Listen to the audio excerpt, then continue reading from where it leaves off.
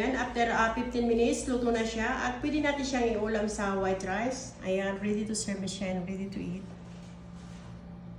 هاي روز. Hi, madam. How are you? Fine, madam. الحمد لله.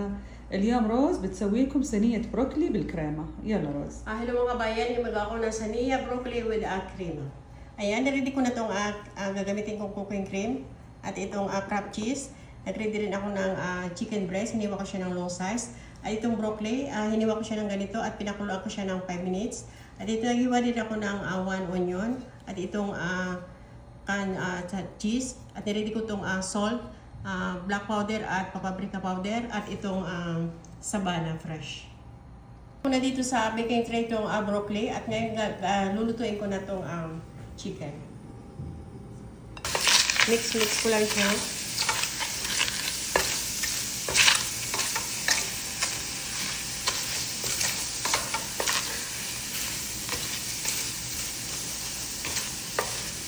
Add ko siya ng konting olive oil.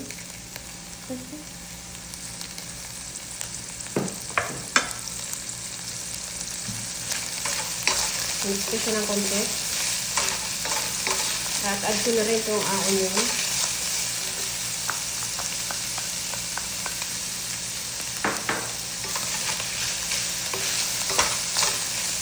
Add ko na rin yung spices.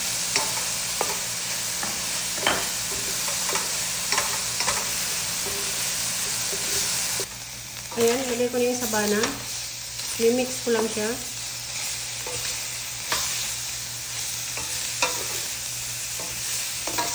Ito na yung 1 can ng cream. At lalagyan ko siya ng 2 tablespoon itong crab cheese.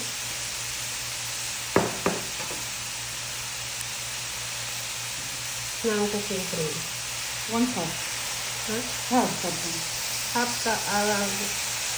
Half nitong cooking cream. Ayan.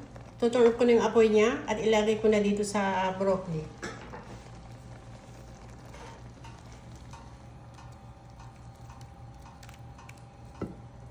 Siya sa oven, nasa baba ang apoy niya ng 15 minutes.